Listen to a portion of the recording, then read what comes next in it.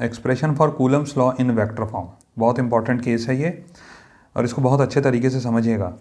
दो केसेस इसमें कराऊंगा, एक होगा लाइक चार्जेस के लिए, दूसरा होगा अनलाइक चार्जेस के लिए।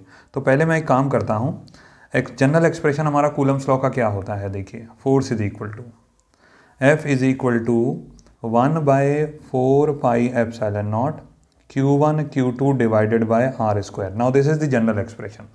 अब जनरल एक्सप्रेशन को हम वेक्टर फॉर्म में लिखते क्यों हैं, पहले तो ये समझिए। फोर्स जो है वो एक वेक्टर क्वांटिटी है, that is why we can write this expression in vector form. ध्यान रखिएगा इस बात को।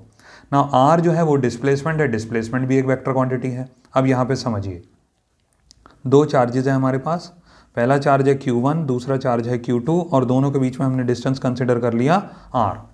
नाउ अब केस 1 हम लेके चलेंगे। Now this is case 1। Now what is case 1?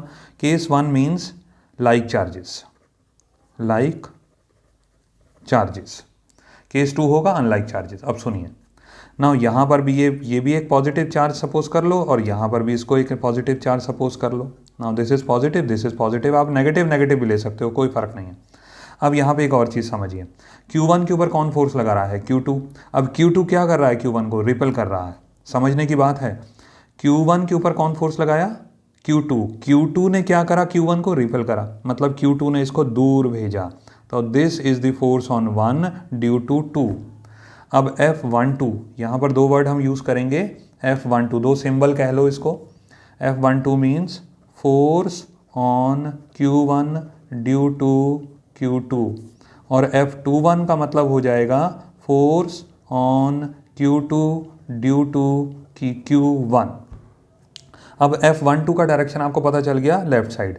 अब Q2 के ऊपर कौन फोर्स लगा रहा है? Q1। Q1 क्या कर रहा है? इसको रिपेल कर रहा है, तो Q1 इसको दूर भेजने की कोशिश करेगा। This is force on second due to first, force on second due to first, ठीक है ना।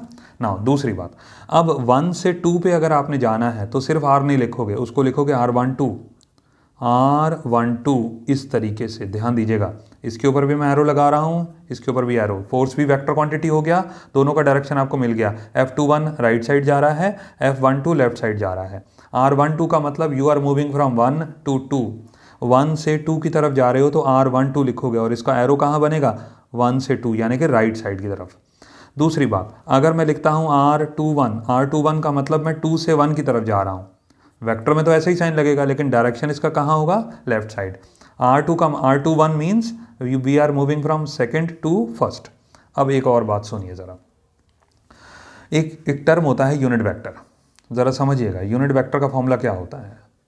अगर हम यूनिट वेक्टर की बात करें, vector divided by its mod. एक वेक्टर को उसके मैग्नीट्यूड से डिवाइड कर दो तो हमको मिलता है यूनिट वेक्टर। तो इसकी वजह से हमको एक रिलेशन मिलता है, एक vector is equal to A into A cap. यहाँ देखिए, समझिए ज़रा, ये ए डिनोमिनेटर में इधर जाके मल्टीप्लाई हो गया, तो A into A cap gives A vector. ये हो गया मैग्नीट्यूड, ये हो गया यूनिट वेक्टर, ये हो गया वेक्टर। तो अगर आपने किसी क्वांटिटी को वेक्टर बनाना है ना, ये देखिए ये क्वांटिटी है, इसको आपने वेक्टर बनाना है तो इसको यूनिट वेक्टर से मल्टीप्लाई कर दो। इसको बोलते हैं मैग्नीट्यूड। जहाँ ये लिखा है ए, इसका मतलब है मैग्नीट्यूड, और इस मैग्नीट्यूड को जब हम यूनिट वेक्टर से मल्टीप्लाई कर देंगे इसको, तो बन जाएगा ये फोर्स वेक्टर। अब लिखेंगे कैसे, सुनिए। नाउ F12, अब मैं F12 लेके चल रहा हूँ। क्यों ले रहा हूँ मैं इसको, सुनिए। F12 लेने का मतलब ये है कि force on first due to second, मैं उसको कंसिडर कर रहा हूँ। क्या लिखूंगा मैं? 1/4πε0 Q1 Q2 divided bye R square. अब ये तो जनरल एक्सप्रेशन हो गया, लेकिन यहाँ पे R भी नहीं लिखूंगा मैं, इसको चेंज करेंगे। कैसे? F12 का डायरेक्शन क्या है? Left side. अब बताइए कौन से R का डायरेक्शन लेफ्ट साइड है? इसका R21 का। R21 भी लेफ्ट साइड जा रहा है, F12 भी लेफ्ट साइड जा रहा है, तो यहाँ पे हम R नहीं लिखेंगे, सिर्फ यहाँ लिखेंगे R21, R21, F12 के साथ R21, क्योंकि दोनों की डायरेक्शन सेम है। ध्यान रखिएगा, इसको ऐसे याद नहीं करना है कि ये 1 2 है तो यहाँ 2 1 होगा, ऐसा कुछ नहीं कह रहा हूँ मैं सिर्फ ये कह रहा हूँ कि जो दोनों का डायरेक्शन, जिन दोनों का डायरेक्शन यानी कि जिस फोर्स और जिस R का डायरेक्शन सेम होगा, उन दोनों को आपने कंसिडर करना है ना। अब ये स्क्वायर हो गया। अब इसके साथ this is the value of magnitude, इसके साथ मैं क्या कर रहा हूँ? यूनिट वेक्टर को मल्टीप्लाई कर रहा हूँ। देखो, this is the magnitude, this is the unit vector, दोनों को मल्टीप्लाई कर दिया तो क्या बन गया? वेक्टर। बहुत सिंपल है, this is magnitude, this is unit vector and this is vector. वही हमने एक्सप्रेशन जो यहाँ लिखा है वही यहाँ पर लिखा है, देखिए magnitude into unit vector is called vector. अब यहाँ पे एक चीज़ चेंज कर सकते हो, एक आंसर तो ये भी चल जाएगा, दिस इज ओके, लेकिन मैं इसको एक स्टेप और बढ़ा के दिखा देता हूँ।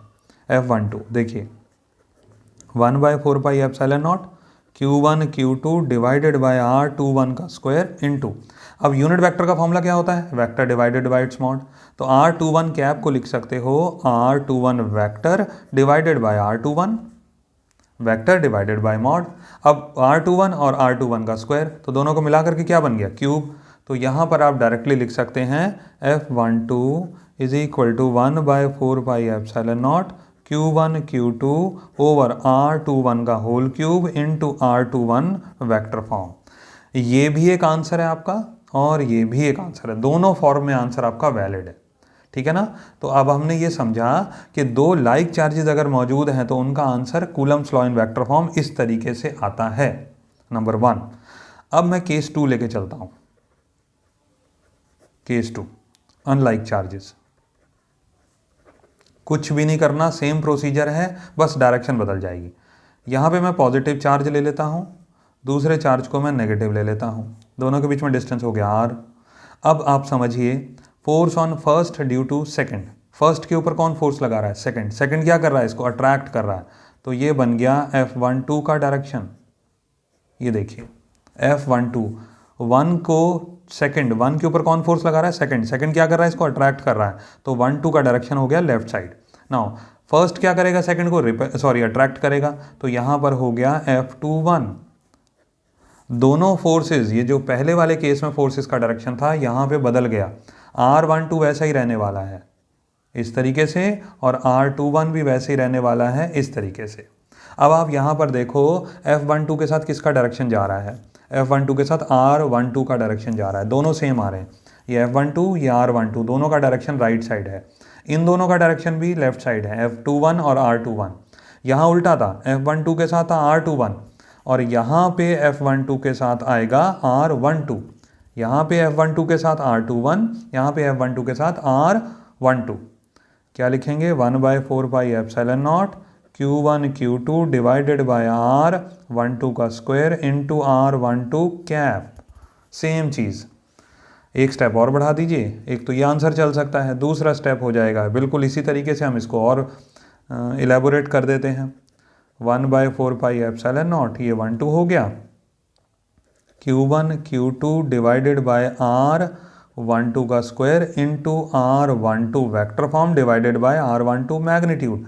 लास्ट फॉर्म में इसको स्टेप में क्या लिख सकते हो, 1/4πε0 Q1 Q2 R12 vector form divided by R12 का होल क्यूब, R12 का स्क्वायर इंटू R12, ये बन गया R12 का होल क्यूब।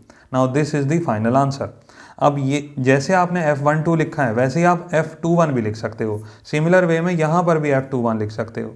अब इसी को अगर हम रेक्टिफाई कर लें या इस और इलेबोरेट कर लें, F21 की जगह पे अब यहाँ पे आ जाएगा 1/4πε0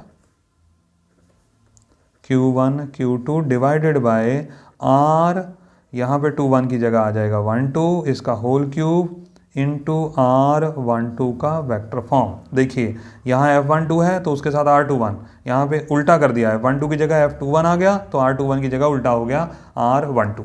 सिमिलर वे में आप यहाँ पे भी रिवर्स कर सकते हो, ठीक है ना। ये हो गया F12, इसके साथ आ गया R12। अगर आपने F21 लिखना है तो ये बन जाएगा R21 इसका whole square into R21 cap form में। वेक्टर फॉर्म बनाना चाहे तो फिर से इसको ऐसे ही कर दो, vector divided by its mod, तो यहाँ आ जाएगा क्यूब, नीचे आ जाएगा क्यूब। याद रखने की बात क्या है, अब थोड़ा सा नोटिस करिएगा इस बात को। जनरल एक्सप्रेशन में क्या आता है, देखो जनरल एक्सप्रेशन में आता है डिनोमिनेटर में स्क्वायर, लेकिन जब आप वेक्टर फॉर्म देख रहे हो ना तो वेक्टर फॉर्म में यहाँ देखो क्यूब भी आ रहा है, तो कई बार टीचर जो है वो उलझा देते हैं, या बोर्ड एग्जाम में ऐसा कंफ्यूजिंग क्वेश्चन भी आ सकता है जो आपको उलझा दे। इसमें उलझना नहीं है।